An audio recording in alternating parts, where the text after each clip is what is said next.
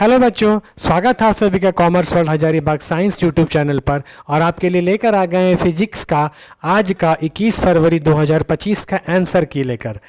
अभी तक आपने बहुत सारे आंसर की देखे होंगे, बट सबसे ऑथेंटिक आंसर आपको यहाँ मिलने वाले हैं। आज आपका एग्जाम बहुत अच्छा गया होगा, मेरा ऐसा विश्वास है। तो चलिए जल्दी जल्दी आंसर को मिला लेते हैं, किस क्वेश्चन का क्या आंसर था। सारा इजी क्वेश्चन आया और जो जो पढ़ाए थे वही सब क्वेश्चन फंसा है। टोटल लॉन्ग क्वेश्चन फंसा, शॉर्ट क्वेश्चन फंसा, सारा फंसा। आप अभी प्रूफ के साथ आपको हम दिखा देंगे। क्वेश्चन जो मैंने पिछले वीडियो में कराया था वही सब क्वेश्चन आया है। बहुत ही अच्छा लगा क्वेश्चन देखकर बच्चों, आपको भी बहुत अच्छा लगा होगा क्वेश्चन बनाकर। देखिए पहला क्वेश्चन यहाँ पर आपके सामने स्क्रीन में, how many electrons will have a charge of 1 coulomb. हम यहाँ पर पूरा डिटेल एक्सप्लेनेशन नहीं करने जा रहे हैं, उसमें ज़्यादा टाइम लग जाएगा, केवल आपको फटाफट आंसर टिक आउट कर दे रहे हैं। ठीक है, पहला क्वेश्चन है how many electrons will have a charge on Q coulomb, 1 coulomb. किससे बनाएंगे, सुबह ही आपको बता दिए थे। क्वांटाइजेशन का फॉर्मूला Q बराबर NE, सॉल्व कीजिएगा तो आंसर आ जाएगा 6.25 10 टू द पावर 18। यहाँ पर संख्या पूछा है, पहला का ए आंसर हो जाएगा। आगे बढ़ते हैं, second question, an electron placed in electric field experience an electric force equal to its weight. Electron को रखा गया इलेक्ट्रिक फील्ड में और वो कितना फोर्स महसूस कर रहा है अपने वेट के अनुसार। तो फॉर्मूला जानते हैं हम लोग, E बराबर F बाई क्यू, F बराबर हो जाएगा QE, और बोल रहा है वेट के बराबर F बराबर mg। ये इक्वेशन 1, ये इक्वेशन 2 इक्वेट कर दीजिए तो बन जाएगा QE बराबर mg। पूछा गया है magnitude of the field, field निकालना है, E बराबर हो जाएगा mg बटा में Q। यहाँ पर Q क्या है, चार्ज है, और चार्ज यहाँ पर इलेक्ट्रॉन बोला है तो क्या हो जाएगा बच्चों, mg बटा में E। तो आंसर कौन सा हो जाएगा, बी नंबर, mg बटा में E। सेकेंड का हो जाएगा B। थर्ड क्वेश्चन अभी आपके सामने आने वाला है, 2 charges 1c and -1 coulomb, 1 coulomb -1 coulomb को रखा गया 1 मीटर अपार्ट पर, एक यहाँ एक दूसरा चार्ज यहाँ। पोटेंशियल पूछ रहा है centre of the line joining of 2 charge. देखिए 2 इक्वल अपोजिट चार्जेस, पोटेंशियल कितना हो जाएगा, 0। आंसर हो जाएगा ऑप्शन नंबर सी। थर्ड का ऑप्शन हो जाएगा सी। चौथा, ये भी क्वेश्चन रिपीटेड है, कितना बार आप लोगों को हम MCQ में प्रैक्टिस करवाएं, आज भी बताए थे। देखिए 3 कैपेसिटर्स दिया है, कैपेसिटेंस C है, किस तरह से कनेक्ट किया गया सीरीज में हम लोग जानते हैं बच्चों 1/C बराबर होता है C1 C2 C3, तीनों का वैल्यू C दिया है, 1/C 1/C 1/C, 3/C हो गया। ये इक्विवेलेंट कैपेसिटेंस है तो इसको उल्टा करेंगे, C बराबर हो जाएगा C/3, C/3 का ऑप्शन नंबर सी में। कितना इजी क्वेश्चन, आसान क्वेश्चन आपसे पूछा गया है। जो पढ़ाए हैं चैनल को अगर फॉलो किया होगा, वीडियो देखा होगा तो फिजिक्स बहुत ही अच्छा पेपर आपका गया होगा। नेक्स्ट क्वेश्चन न्यूमेरिकल है, छोटा सा, एक 100 watt electric bulb is connected to 200 volt. जो दिया है पहले उसको लिख लो, क्या क्या दिया है, पावर दिया है 100 वाट, और इसमें दिया है 220 वोल्ट, ये पोटेंशियल दिया है 20 वोल्ट। क्या निकालना बोल रहा है, रेजिस्टेंस R निकालना है। तो पहले कैसे निकालेंगे, हम लोग फॉर्मूला जानते हैं, P बराबर होता है V इंटू I। ठीक, और हम लोग जानते हैं रेजिस्टेंस निकालने के लिए क्या करना पड़ता है हम लोग को, ओम्स लॉ, V बराबर IR होता है। R बराबर क्या हो जाएगा बच्चों, V बटा में I। R बराबर क्या होगा, V बटा में I। तो हम लोग यहाँ पुट कर देंगे, वैल्यू पहले बैठाएंगे। देखिए यहाँ से हम लोग I निकाल सकते हैं, I बराबर कर लीजिए P बटा में V। P कितना है 100 बटा 220, या कट जाएगा, बचेगा 5/11। करंट निकल गया 5/11, यहाँ पर पुट कर दीजिए। R बराबर हो जाएगा V कितना है 220, 5 डिवाइडेड बाई 11 तो हो जाएगा 220 गुने 11 बटा 5, 5 से काटेंगे तो आ जाएगा कितना 44 इंटू 11 कितना हो जाएगा, 44 इंटू 11 हो जाएगा 484। ऑप्शन नंबर ए सही है, पांचवा का ए। ठीक है, अभी तक कितना सही हुआ जल्दी से कमेंट करके बताइए, कमेंट करते चलिए आपका कितना सही हुआ, हम ज़्यादा बताते चलिए जितना ज़्यादा सही हुआ आपका। नेक्स्ट क्वेश्चन, छठा number, algebraic sum of current at any point in electrical circuit. Kirchhoff's का पहला नियम, इलेक्ट्रिकल सर्किट में अलजेब्रिक सम कितना होता है, summation of all current meeting at a point is equal to 0। Answer हो जाएगा आपका सी नंबर, ठीक है, ऑप्शन छठा का सी। आगे बढ़िए 7 नंबर, एक 5 टेस्ला मैग्नेटिक फील्ड को कैसे लिखा जाएगा, 5 टेस्ला, टेस्ला है, कैसे इसको चेंज करेंगे, टेस्ला जो है एसआई यूनिट है और किसके बराबर होता है, वेबर पर मीटर स्क्वायर के बराबर होता है। तो कहाँ है, पहला ही ऑप्शन मिल गया, 5 वेबर पर मीटर स्क्वायर, 7 का ए, ठीक है, 7 का ए। आगे बढ़िए 8 नंबर में, uniform magnetic field is produced, uniform magnetic field कहाँ बनता है, एक समान मैग्नेटिक फील्ड कब प्रोड्यूस होता है, तो एक समान मैग्नेटिक फील्ड बनता है बच्चों inside a current carrying solenoid, एक सॉलिनॉइड के अंदर मैग्नेटिक फील्ड जो होता है यूनिफॉर्म होता है, एक जैसा होता है, ठीक है, आपका 8 का डी हो जाएगा। आगे बढ़िए 9 number, the value of magnetic induction at a distance R from a single pole is inversely proportional to, ये मैग्नेटिज्म से क्वेश्चन था जहां पर एक्सियल पॉइंट पर हम लोग निकालते थे, तो उसका आंसर था inversely proportional to square of the distance 1/r square. 9 का आंसर हो जाएगा डी, ठीक है बच्चों। नेक्स्ट है, एक bar magnet of magnetic movement m है, उसको प्लेस किया गया यूनिफॉर्म मैग्नेटिक फील्ड इंटेंसिटी जिसका दिया है b और एंगल दिया है थीटा, तो क्या टॉर्क लगेगा इस पर, तो टॉर्क का फॉर्मूला था m क्रॉस b, यही था। इसको स्केलर फॉर्म में लिखेंगे तो क्रॉस हटेगा, तो आप जानते क्या आता है, M B sine theta. Option number D होगा सही, 10 का ऑप्शन नंबर डी हो जाएगा, ठीक है। आगे बढ़िए, बहुत आसान question, unit of mutual induction कितना बार बताए थे, म्यूचुअल इंडक्शन, सेल्फ इंडक्शन, कुछ भी पूछेगा, यूनिट क्या हो जाएगा, हेनरी। 11 का आंसर हो जाएगा बच्चों हेनरी, 11 का आंसर है हेनरी, ठीक है।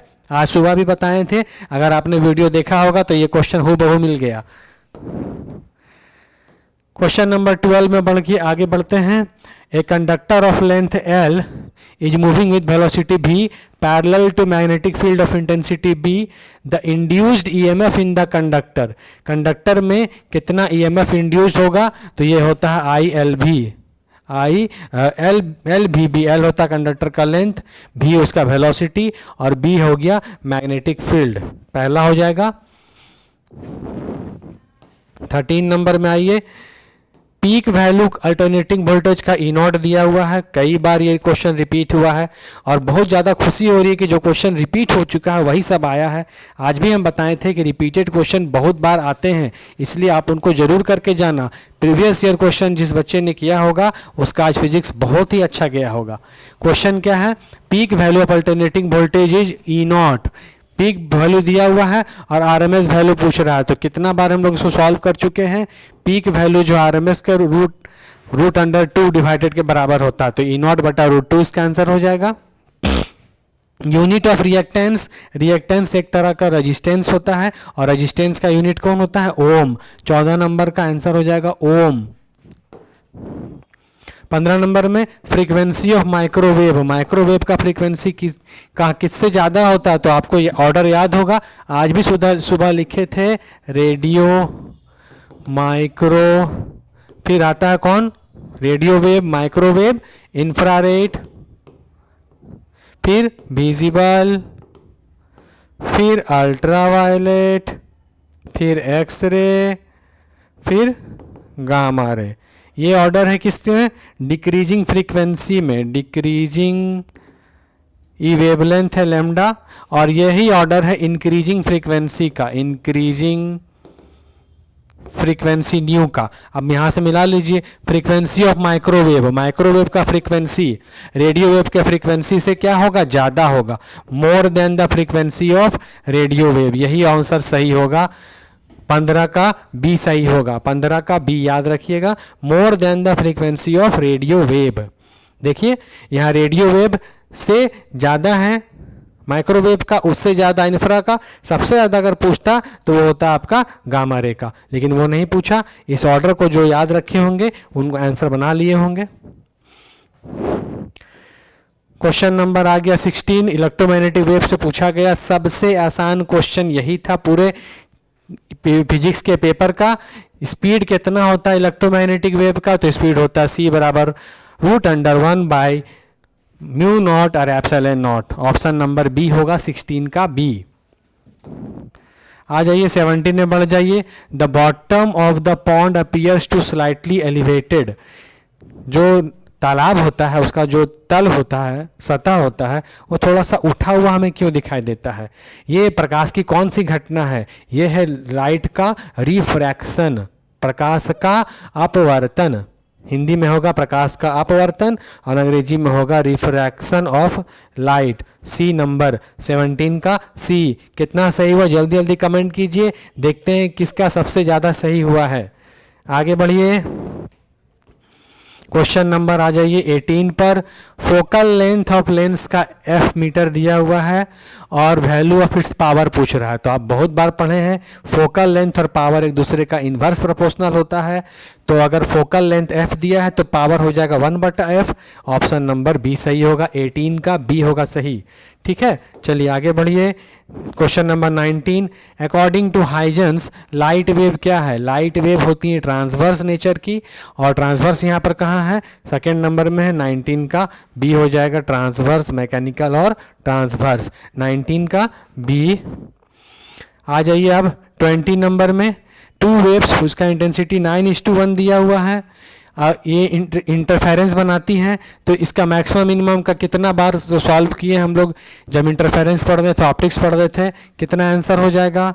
जब इसका हम लोग प्रोड्यूस किए थे the ratio of maxima and minimum intensity. जिनको याद होगा जल्दी से बताइए, बहुत बार हम लोग इसको डिस्कस कर चुके हैं। चलिए हम ही बता देते हैं, ऑप्शन नंबर सी। ठीक है, 20 का ऑप्शन नंबर सी सही है। आ जाइए 21 में, द एनर्जी ऑफ फोटोन। आज सुबह बताया गया क्वेश्चन है, आज सुबह बताएं, वीडियो देख लीजिएगा। जो एनर्जी होता है फ्रीक्वेंसी के डायरेक्टली प्रोपोर्शनल होता है। प्रोपोर्शनल हटेगा तो कांस्टेंट आएगा, ई बराबर एच न्यू। कहाँ पर है भैया मेरे? ई बराबर एच न्यू ऑप्शन में नहीं है, तो इसको चेंज करना पड़ेगा न्यू को। देखिए यहाँ पर ई बराबर एच न्यू ऑप्शन में नहीं है।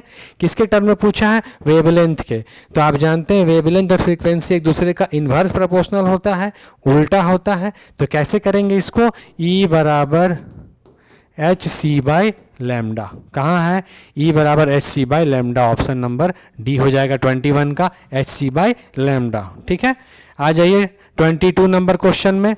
ये भी रिपीटेड क्वेश्चन है। हम आपको बोले थे कि बोर्स मॉडल जो है, बोर्स एटॉमिक मॉडल बहुत ही इंपॉर्टेंट टॉपिक है। आप देखिएगा आगे शॉर्ट क्वेश्चन भी आया है और एमसीक्यू भी आया है। हम बोले थे कि शॉर्ट भी पढ़ना, एमसीक्यू भी कल पढ़ना, बहुत ही इंपॉर्टेंट टॉपिक है। एकदम क्वेश्चन जो फंसा है, जो बताए हैं, बिल्कुल सारे क्वेश्चन फंस गए जो है मैंने बताया था आपको। बोल रहा है फर्स्ट बोर ऑर्बिट का रेडियस आर है, तो सेकंड का कितना होगा? उसका स्क्वायर में चलता है ना, तो कितना हो जाएगा? 4r। ऑप्शन नंबर डी, 22 का ऑप्शन नंबर डी, 22 का ऑप्शन नंबर डी हो जाएगा सही मेरे प्यारे बच्चों। अब आ गए हम लोग लास्ट क्वेश्चन बचे हुए 23 का। ये है एटम एंड न्यूक्लियस से क्वेश्चन पूछा गया है। न्यूक्लियाई हैव देयर मास का रेशियो दिया है 1:3 और इसका न्यूक्लियर डेंसिटी पूछ रहा है। ये भी हम एमसीक्यू में करवा चुके हैं, चैनल पर आप देख सकते हैं। सारा एमसीक्यू जो करवाए थे वही सब बहु पूछा है क्वेश्चन में। आंसर हो जाएगा 1:1। सॉल्व करने का टाइम नहीं है, 1:1 इसको हम सॉल्व करके ही बता देंगे। पीछे वीडियो भी आप देख सकते हैं। अब आ गया क्वेश्चन नंबर 20। ये है आपको 24 नंबर क्वेश्चन। थोड़ा साफ नहीं दिखाई दे रहा। क्वेश्चन बोल रहा है conduction band is partially empty. Conduction band किसमें हल्का इम्पिटी रहता है, थोड़ा खाली रहता है? तो सेमीकंडक्टर में रहता है कंडक्शन, सेमीकंडक्टर। 24 का बी हो जाएगा, सेमीकंडक्टर। अब आ जाइए 25, लास्ट क्वेश्चन आ गया। सिलिकॉन एक प्योर सेमीकंडक्टर है, इसमें हम लोग ऐड कर रहे हैं आर्सेनिक को, तो इसका कंडक्टिविटी क्या होगा? हम लोग बाहर से जो अशुद्धि, जो इम्प्योरिटीज एटम ऐड करते हैं, वो क्यों ऐड करते हैं? ताकि सेमीकंडक्टर्स की कंडक्टिविटी बढ़ जाए, इंक्रीज कर जाए। तो इससे कंडक्टिविटी क्या होगा? 25 का ऑप्शन नंबर ए सही होगा, इंक्रीजेज। 25 का ए हो जाएगा, इंक्रीजेज। ठीक है, तो आपने वीडियो देख लिया, जल्दी से से कमेंट करके बताइए कितना सही हुआ, कितना गलत हुआ। मिलते हैं नेक्स्ट वीडियो में। आशा आपका एग्ज़ाम बहुत अच्छा गया होगा। हमारे चैनल को ज़रूर फॉलो कीजिए। Thank you very much.